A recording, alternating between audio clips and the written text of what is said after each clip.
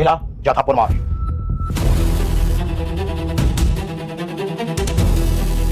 হাত ছাড়ো আমার। আমি বেঁচে থাকতে আমার স্বামীকে কেউ এক বিন্দু পরিমাণ অসম্মান করতে পারবে না। অন্তত এটা আমি সহ্য করবো না। বাবা! রকি সাহেব, আমি আবার বলছি, আমার মেয়ে যদি ওকে থাপ্পড় মারতে না পারে তাহলে কিন্তু আপনার সাথে আমার সব কাজ কর্ম আমি সব বন্ধ করে দেবো। কথাটা মনে রাখবেন। আপনি যা ইচ্ছা আপনি তাই করতে পারেন। রাস্তার ফকির হয়ে গেলেও আমি আমার স্বামীর সম্মান নষ্ট হতে দেব না। স্বামী তাই না? আমি তোকে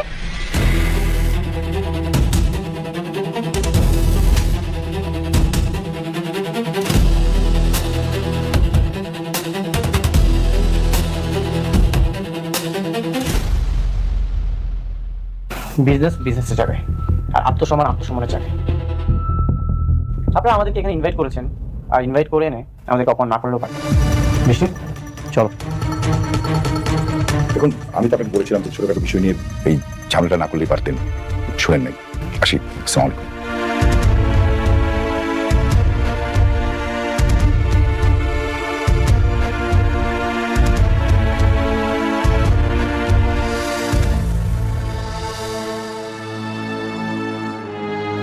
এত বড় একটা প্রোগ্রাম, আপনার আত্মীয় স্বজন, ইনভাইটেড গেস্ট, সবার সামনে আপনার মেয়েকে থাপ্পড় মেরে চলে গেল।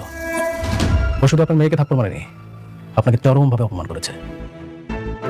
ও ভাই দেবে, আমি রাতুল রাজ। রাতুল, আমি তোমার সম্বন্ধে সব খোঁজ খবর নিয়েছি। তুমি শালিমার গ্রুপ ইন্ডাস্ট্রি যে ভালোই কাজ করছো। আচ্ছা রাতুল, আমি যদি তোমাকে কাজ দিই তুমি কি কাজ করবে? অফকোর্স, অবশ্যই করবো। তাহলে ওই ছোট লোকের বাচ্চাকে যে কাজটা দিয়েছিলাম সেই কাজটা আমি তোমাকে দিতে চাই। আসসালামু আলাইকুম বন্ধুরা, আজকের ভিডিওতে আমরা কথা বলবো গরিব ঘরে রাজপুত্র নাটকের নতুন পর্ব নিয়ে, যেখানে ভালোবাসা, প্রতারণা, আত্মসম্মান আর প্রতিশোধ একসাথে মিশে গেছে। আজকের গল্পে এমন কিছু সত্য সামনে এসেছে যেটা জানার পর সবাই হতবাক। আর ভিডিওর শেষের টুইস্টটা শুনলে আপনি সত্যিই অবাক হয়ে যাবেন, তাই ভিডিওটা শেষ পর্যন্ত দেখবেন।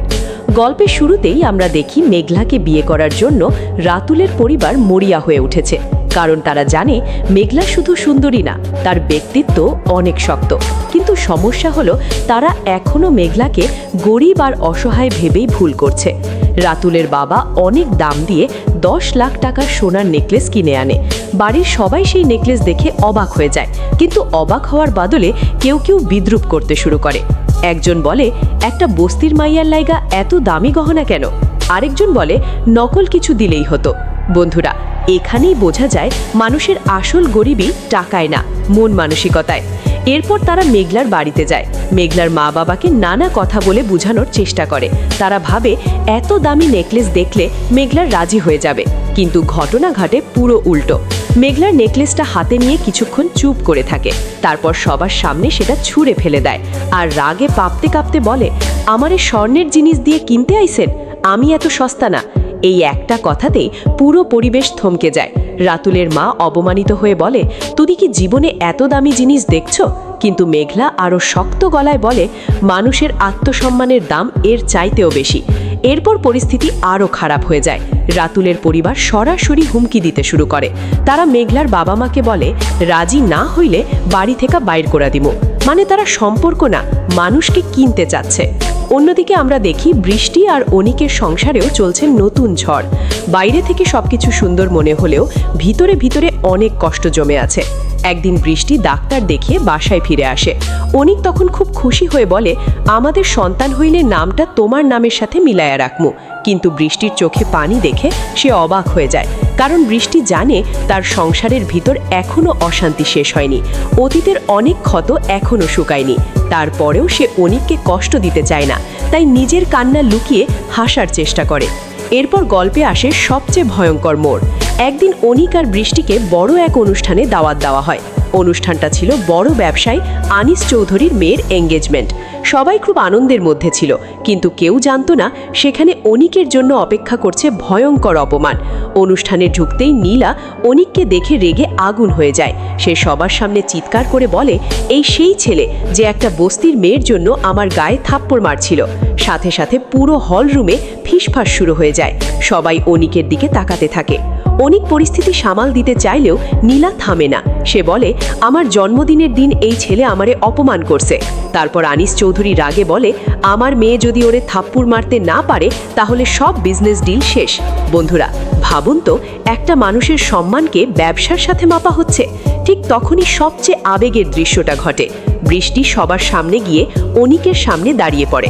তারপর কাঁদতে কাঁদতে বলে, আমি বেঁচে থাকতে আমার স্বামীর অসম্মান হতে দিব না।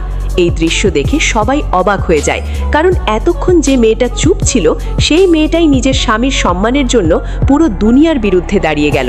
অনিক তখন বুঝতে পারে বৃষ্টি তাকে সত্যি অনেক ভালোবাসে। কিন্তু অপমান এখানেই শেষ হয়নি।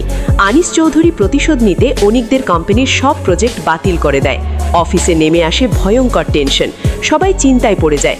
একজন কর্মচারী এসে বলে, স্যার, যদি এই প্রজেক্টগুলো বন্ধ হয়ে যায় তাহলে কোম্পানি বড় ক্ষতির মধ্যে পড়বে। অনিকের শ্বশুর তখন মাথায় হাত দিয়ে বসে পড়ে, কারণ এত বড় ব্যবসা এখন ধ্বংসের মুখে। তারপর সে একটা সিদ্ধান্ত নেয়। সে বলে, যেভাবেই হোক নতুন প্রজেক্ট আনতে হবে। কিন্তু নতুন সমস্যা সামনে আসে। নতুন প্রজেক্ট পাওয়ার একমাত্র সুযোগ হচ্ছে শালিমা বিল্ডার্স, আর সেখানে কাজ করে মেঘলা। এই নাম শুনেই সবাই ভয় পেয়ে যায়, কারণ অনিক অতীতে মেঘলার সাথে যা করেছে তারপরে মেঘলা সাহায্য করবে কিনা কেউ জানে না। তারপরও অনিক সাহস করে শালিমা বিল্ডার্সে যায়। অফিসে ঢুকতেই সবাই তাকে থামিয়ে দেয়। একজন বলে, ম্যাডাম এখন মিটিংয়ে আছেন। অনিক রাগে বলে, আমার নাম বললেই দেখা করবে। কিন্তু কিছুক্ষণ পর খবর আসে, ম্যাডাম আপনাকে বের করে দিতে বলছে। এই কথা শুনে অনিক অবাক হয়ে যায়, কারণ সে ভাবতেই পারেনি একদিন মেঘলা তাকে এভাবে ফিরিয়ে দেবে। এরপর অনিক ফোন করে রাগে বলতে থাকে, তোমার অনেক অহংকার বাড়ছে। মেঘলা তখন শান্ত গলায় বলে, তুমি কি ভুলে গেছো তুমি আমার গর্ভের সন্তানের স্বীকৃতি দাও নাই? বন্ধুরা, এই একটা সংলাপেই পুরো কাহিনী যেন জমে ওঠে। অনেক চুপ হয়ে যায়, কারণ সে জানে অতীতে সে সত্যি বড় অন্যায় করেছে। ঠিক তখনই আরেকটা ভয়ঙ্কর সত্য সামনে আসে। অফিসার একজন কর্মচারী অনিককে বলে, মেঘলা শুধু এই অফিসে কাজ করে না, এই পুরো শালিমা বিল্ডার্সের মালিক। এই কথা শুনে অনিকের পায়ের নিচ থেকে যেন মাটি সরে যায়। মানে যাকে সবাই বস্তির মেয়ে বলে অপমান করেছে, সেই মেয়েটাই আজ কোটি কোটি টাকার কোম্পানির মালিক। আর এই সত্য জানার পর সবাই বুঝতে পারে মানুষকে কখনো তার পোশাক বা অবস্থান দেখে বিচার করা উচিত না। অন্যদিকে মেঘলার মা বাবাও কাঁদতে থাকে। তারা বলে, ভালো মানুষের সাথে কেন সবসময় এত অন্যায় হয়?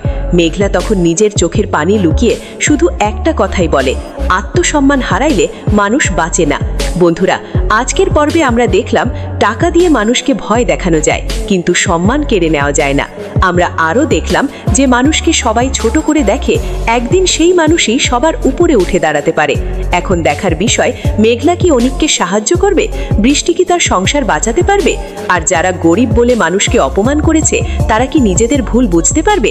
এই প্রশ্নগুলোর উত্তর জানতে হলে অবশ্যই পরের পর্ব দেখতে হবে। ভিডিওটা ভালো লাগলে লাইক, কমেন্ট আর সাবস্ক্রাইব করতে ভুলবেন না। সবাই ভালো থাকবেন, সুস্থ থাকবেন। আল্লাহ হাফেজ।